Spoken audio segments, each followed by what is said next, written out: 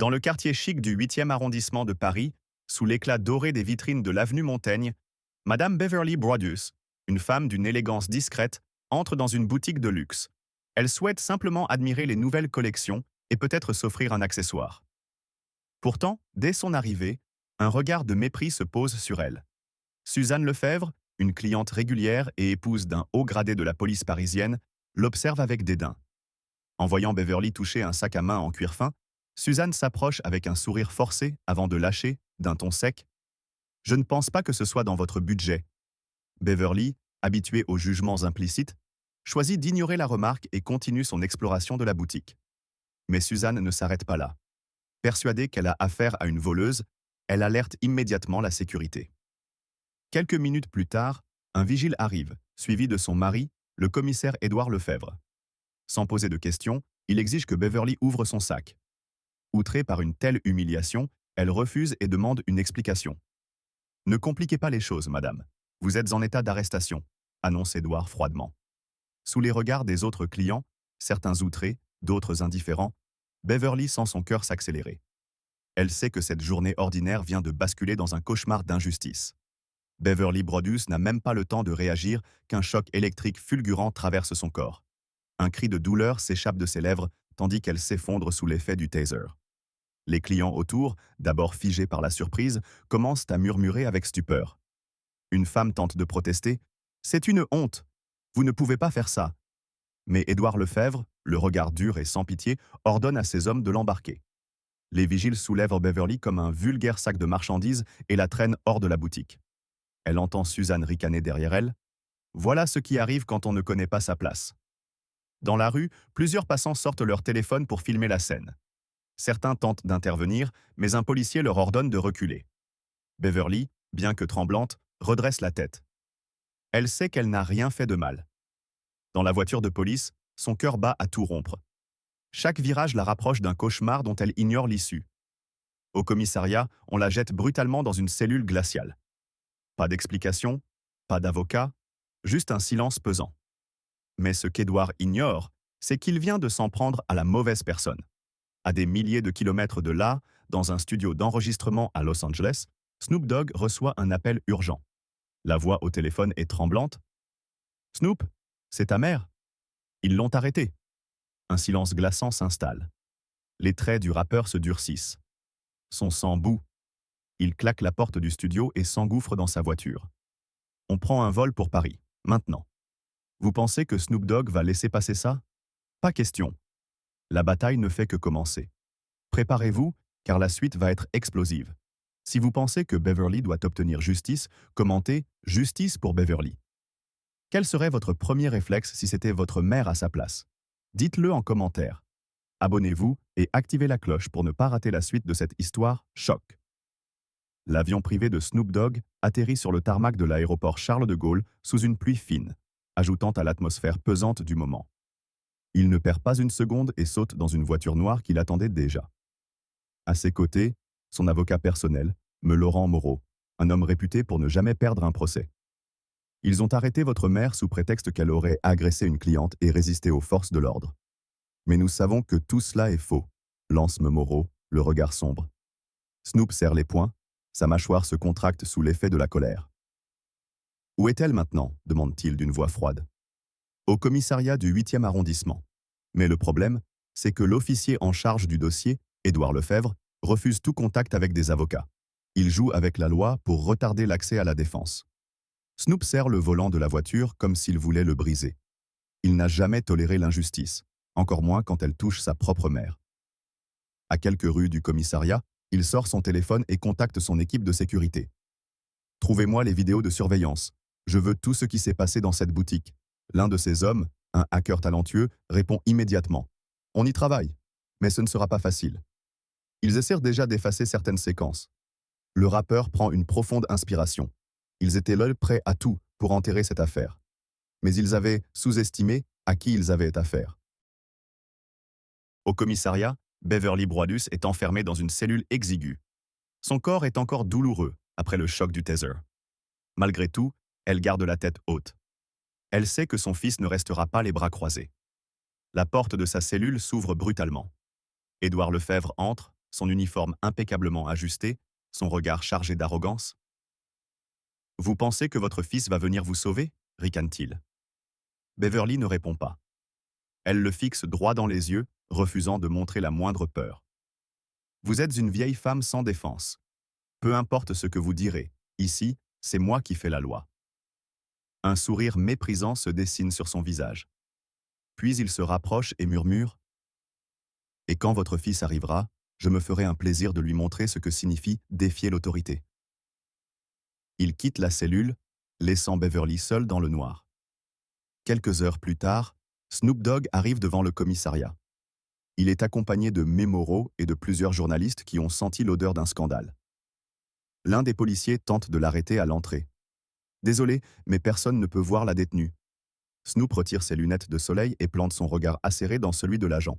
« Soit vous me laissez entrer, soit j'appelle mon armée d'avocats et ce commissariat deviendra un champ de bataille médiatique. » L'agent hésite, jetant un regard nerveux à son supérieur. Memoro s'avance. « Nous avons des preuves que Madame Broadus a été arrêtée sous un faux prétexte et nous allons les remettre à un juge dès maintenant. Si vous entravez la justice, vous en paierez les conséquences. » Sous la pression, le policier cède. « Suivez-moi. » Snoop Dogg entre dans le commissariat, prêt à affronter l'injustice en face. La bataille ne fait que commencer. Le commissariat du 8e arrondissement était en ébullition. L'arrivée de Snoop Dogg et de son avocat, Memoro, avait déclenché une onde de choc parmi les officiers présents. Certains murmuraient entre eux, jetant des regards inquiets en direction du rappeur, tandis que d'autres se contentèrent de faire leur travail en feignant l'indifférence. Mais dans son bureau, Édouard Lefebvre fulminait. Il savait que la situation risquait de lui échapper. Jamais il n'aurait imaginé que cette affaire attirerait autant d'attention. Il pensait qu'en arrêtant Beverly Broadus, il enverrait un message clair. Dans son quartier, les règles étaient dictées par lui et lui seul. Mais maintenant, Snoop Dogg était là, déterminé à détruire son petit empire de terreur.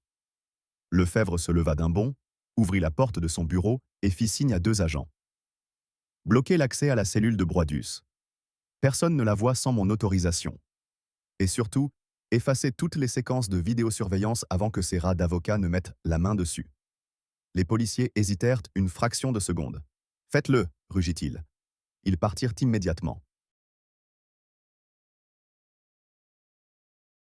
Dans les couloirs du commissariat, Snoop Dogg marchait d'un pas assuré, suivi de Memoro et de quelques journalistes qui avaient réussi à s'infiltrer dans le bâtiment. Un officier en uniforme s'interposa. « Désolé, mais vous ne pouvez pas aller plus loin. » Memoro ajusta sa cravate et répondit d'un ton calme mais tranchant. « Vous refusez donc à mon client le droit de voir sa mère, sans motif légal valable ?» Le policier ouvrit la bouche pour répondre, mais une voix l'interrompit. « Laissez-les passer. » Tous se retournèrent. Le commissaire en chef du 8e arrondissement, un homme d'une 50aine d'années à l'allure sévère, s'avançait lentement. « Nous n'avons rien à cacher, » dit-il en regardant fixement le policier. L'agent s'écarta à contre-cœur. Snoop Dogg le dépassa sans même un regard et continua son chemin. Beverly Broadus était assise sur un banc en métal dans sa cellule. Ses poignets portaient encore les traces des menottes trop serrées. Lorsqu'elle entendit la porte grincer, elle releva la tête. « Maman ?» Snoop Dogg traversa la cellule et la serra dans ses bras. « Je savais que tu viendrais, » murmura-t-elle, sa voix tremblante d'émotion. « Je vais te sortir de là, » répondit-il, le regard dur. Mais avant qu'ils ne puissent échanger un mot de plus, des bruits de pas retentirent derrière eux. Édouard Lefebvre entra, accompagné de 2 autres policiers. « Fin de la visite » déclara-t-il avec un sourire glacial. « Fin de la visite » répliqua Snoop Dogg, en se retournant lentement. « Non, c'est la fin de ton règne. » Lefebvre croisa les bras, feignant l'assurance. « Vous pensez que votre petit spectacle médiatique va changer quelque chose? Vous êtes en France maintenant, pas aux États-Unis. Ici, les choses fonctionnent différemment. » Memoro avança et tendit un document sous le nez du policier. « Ordre du juge. Beverly Broadus est libérée immédiatement sous caution, en attendant une enquête approfondie sur votre abus de pouvoir. » Lefebvre fronça les sourcils. Il attrapa le document et le parcourut rapidement. Ses poings se crispèrent. « Vous allez le regretter, » grogna-t-il entre ses dents serrées. Snoop Dogg s'approcha de lui, si près qu'il pouvait sentir son souffle. « Non, c'est toi qui vas regretter d'avoir touché à ma mère. » Quelques minutes plus tard, Beverly Broadus sortait du commissariat, libre. Les caméras des journalistes crépitaient, tandis que Snoop Dogg la soutenait en marchant. Mais alors qu'ils montèrent dans leur voiture, une silhouette sombre observait la scène depuis une ruelle adjacente.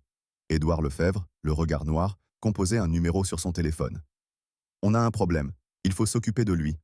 L'engrenage de la vengeance venait d'être lancé. La nuit était tombée sur Paris, mais dans un appartement discret du 16e arrondissement, une tension brûlante emplissait l'air. Édouard Lefebvre était assis sur un fauteuil en cuir, un verre de whisky à la main, observant fixement l'écran de son téléphone. Ses yeux étaient injectés de sang, non pas par l'alcool, mais par la rage qui bouillonnait en lui. Ils pensent qu'ils ont gagné, grogna-t-il entre ses dents serrées. Autour de lui, 3 hommes l'écoutaient en silence. Ces individus, des silhouettes sombres du monde souterrain parisien, n'étaient pas des policiers, mais des hommes de main, prêts à exécuter les basses besognes pour le bon prix. Édouard posa son verre avec un bruit sec et redressa son dos. Snoop Dogg doit disparaître. Un des hommes, un certain Serge, ricana. Tu veux qu'on s'en occupe, proprement, ou qu'on laisse un message? Édouard inspira profondément. Il voulait que Snoop Dogg souffre, qu'il comprenne ce que c'était de défier l'autorité, mais il savait qu'un assassinat brutal attirerait trop d'attention. Attirez-le dans un piège. Faites-le disparaître sans laisser de traces. Serge hocha la tête, affichant un sourire sinistre. Considère que c'est fait. Le lendemain matin, Snoop Dogg se trouvait dans un studio d'enregistrement privé à Montmartre. Il travaillait sur un projet avec quelques artistes français quand son téléphone vibra.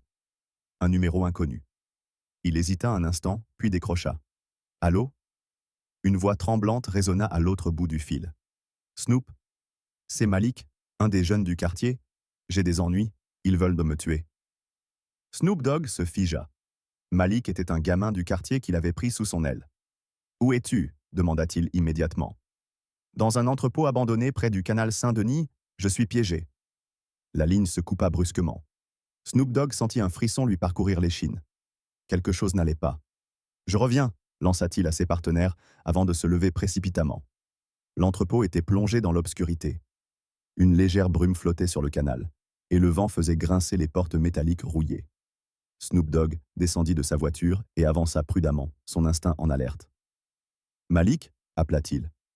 Aucune réponse. Il s'approche davantage. L'intérieur de l'entrepôt était plongé dans le noir, seulement éclairé par la lumière pâle d'un lampadaire extérieur. « Malik » répéta-t-il. Un bruit derrière lui. Il se retourna, mais trop tard. Une détonation assourdissante retentit. Une balle frôla son épaule et alla se loger dans un mur de briques. « Putain !» jura-t-il en plongeant derrière une pile de caisses. Des silhouettes émergèrent des ténèbres. Serge et ses hommes. « On dirait que t'es tombé dans le piège, superstar !» ricana Serge, armé d'un pistolet. Snoop Dogg sentit son cœur battre à tout rompre. C'était une embuscade. Il jeta un coup d'œil rapide autour de lui. Il n'avait qu'une seule chance de s'en sortir. Un second coup de feu. Cette fois, il roula sur le côté et attrapa un barreau métallique au sol. « Tu crois que tu vas t'en sortir ?» lança un autre homme en avançant. Mais avant qu'il ne puisse réagir, Snoop Dogg bondit et lui asséna un coup violent au visage. L'homme s'écroula. Serge jura et pointa son arme, mais Snoop Dogg fut plus rapide. Il s'élança derrière une rangée de palettes et sprinta vers la sortie. Des balles sifflèrent à ses oreilles. Son souffle était court, l'adrénaline brûlait dans ses veines. Au dernier moment, alors que Serge pensait l'avoir coincé, un bruit de sirène déchira l'air. Des gyrophares rouges et bleus illuminèrent à la nuit. Serge blêmit. « Merde, la police !» Les hommes se dispersèrent immédiatement. Snoop Dogg, profitant de la confusion, courut vers sa voiture et démarra en trombe. Tandis qu'il s'éloignait, son téléphone vibra. Un message anonyme. Ce n'est que le début. Snoop Dogg roulait à toute vitesse à travers les rues sinueuses de Paris, son cœur battant à un rythme effréné. L'embuscade dans l'entrepôt avait failli lui coûter la vie. Et maintenant, il savait qu'Édouard Lefebvre était prêt à tout pour l'éliminer. Son téléphone vibra à nouveau. Toujours le même numéro inconnu. Il hésita, puis décrocha. « T'as eu chaud ce soir, Snoop » dit une voix grave et moqueuse. Snoop Dogg serra le volant, son regard se durcissant.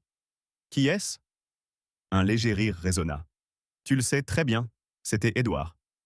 Tu crois que tu peux t'en tirer si facilement ? Ce n'était qu'un avertissement. La prochaine fois, je ne te laisserai pas t'échapper. » Snoop Dogg inspira profondément pour contrôler sa colère. « Si tu penses pouvoir me faire peur, t'as choisi la mauvaise cible, mon gars. » Un silence pesant s'installa avant qu'Edward ne réponde, sa voix plus menaçante que jamais. Ce n'est pas toi que je vais attaquer en premier. Snoop Dogg sentit son estomac se nouer. Ne touche pas à ma famille. Mais la ligne était déjà coupée. Il comprit immédiatement. Ce n'était plus une affaire entre lui et Edward. Ce dernier allait s'en prendre à ceux qui l'aimaient. Quelques minutes plus tard, Snoop Dogg fit crisser les pneus devant une résidence sécurisée de Neuilly-sur-Seine. Il sortit en trombe et courut jusqu'à l'entrée. Un homme en costume noir l'attendait déjà, l'air préoccupé. « Monsieur Dogg, tout va bien ?»« Où est ma mère ?» demanda-t-il d'une voix grave. « À l'intérieur, elle va bien. » Snoop Dogg poussa un soupir de soulagement. Mais il savait que ce n'était qu'une question de temps avant qu'Edward ne passe à l'action. Il devait agir en premier. Il composa immédiatement un numéro. « Ouais, c'est moi. J'ai besoin de toi maintenant. » De l'autre côté du fil, une voix répondit. « J'arrive. » Pendant ce temps, dans une planque discrète du côté de Belleville, Edward et ses hommes préparaient dans leur prochain coup. « On frappe où ça fait mal, » dit-il, en posant une photo sur la table. C'était une image de la mère de Snoop Dogg. « On la kidnappe. » Ces hommes acquiescèrent. Ils savaient que s'attaquer directement à Snoop Dogg était risqué. Mais en ciblant sa mère, ils pouvaient le briser mentalement avant de l'éliminer définitivement. Serge, son bras droit, alluma une cigarette et souffla lentement la fumée.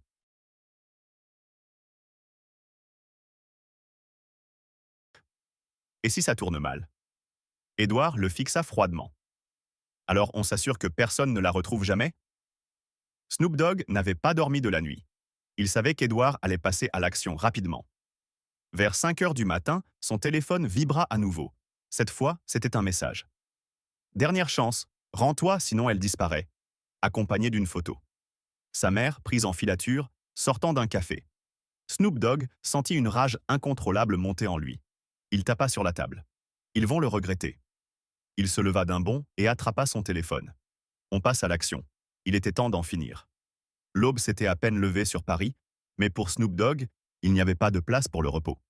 Assis à l'arrière d'une berline aux vitres teintées, il fixait l'écran de son téléphone, son regard sombre, ses doigts serrant le dispositif comme s'il voulait l'écraser.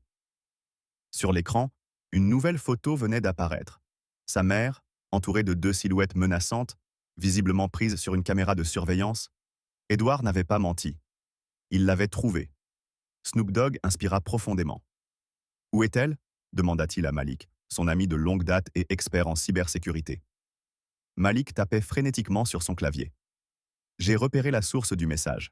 Ça vient d'un entrepôt abandonné du côté de Saint-Denis. » Snoop Dogg ne perdit pas une seconde. Il regarda les hommes à l'avant du véhicule, tous des amis fidèles, prêts à se battre à ses côtés. On y va. L'entrepôt en question était une immense structure industrielle, délabrée par le temps. Des graffitis recouvraient les murs, et l'endroit était plongé dans un silence inquiétant, seulement troublé par le sifflement du vent passant à travers les fissures des fenêtres brisées. Snoop Dogg et son équipe se postèrent à l'extérieur, cachés derrière des véhicules abandonnés. « On entre discrètement, on sécurise ma mère et on s'occupe d'Edward », murmura-t-il. Ils avancèrent prudemment, chacun prenant sa position. Malik pirata la caméra de surveillance extérieure et confirma leur emplacement. Ils sont à l'intérieur. 4 hommes armés. Edward est au centre. Snoop Dogg acquiesça. C'est maintenant. D'un mouvement fluide, il donna le signal et ses hommes entrèrent en action. À l'intérieur, Edward savourait son triomphe apparent. Il se tenait devant la mère de Snoop Dogg, attachée à une chaise, un sourire cruel sur les lèvres. « Ton fils devrait être là bientôt. Il a toujours été prévisible. » Elle le fixa avec mépris. « Tu crois pouvoir le briser? Tu ne le connais pas. » Edward ricana. « On verra ça. » Il sortit son arme et la pointa vers elle. « Un dernier mot ?»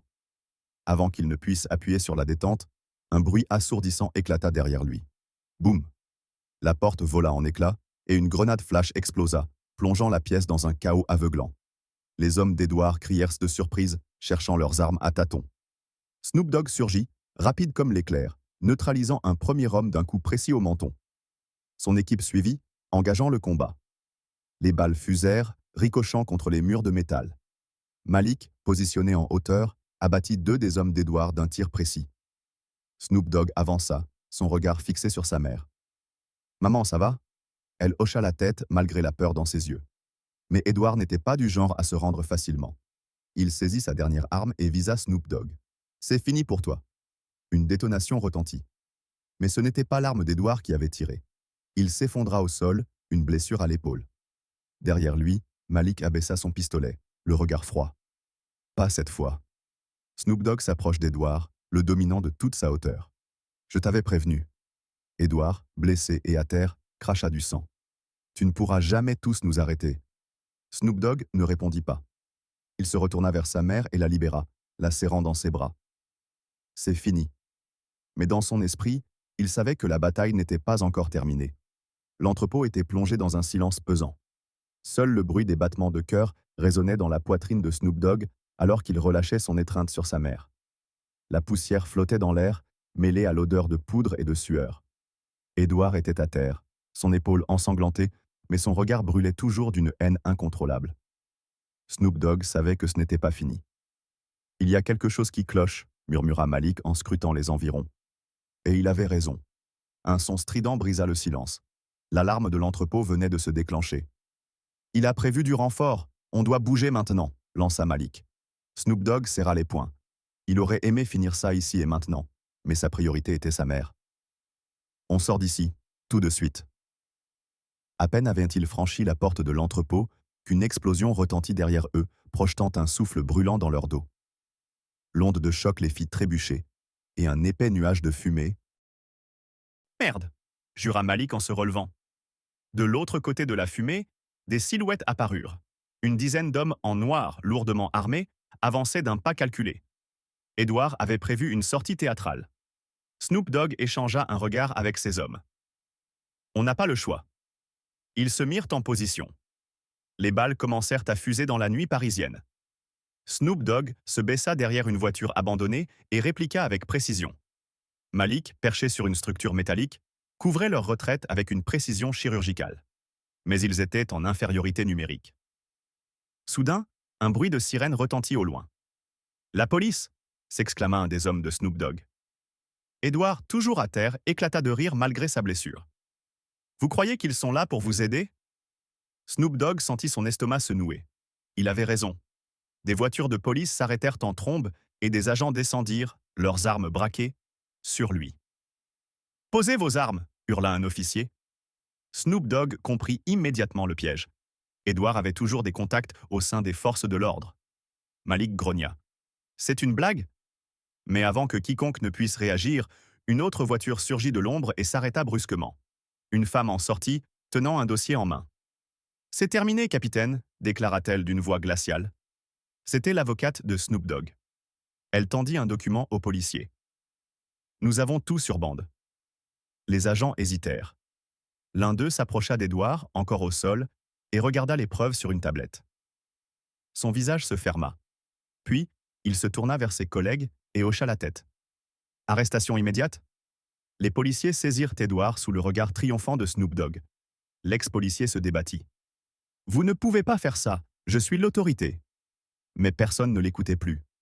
Quelques jours plus tard, Snoop Dogg se tenait devant un tribunal, aux côtés de sa mère et de Malik. Édouard, menotté, écoutait la sentence finale. 20 ans de réclusion criminelle. Snoop Dogg n'eut aucune réaction.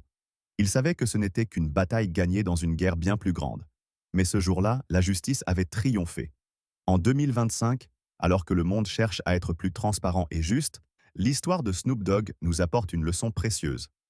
Nous ne voyons pas seulement un fils se battre pour sa mère, mais aussi les dangers du pouvoir lorsqu'il est utilisé à mauvais escient.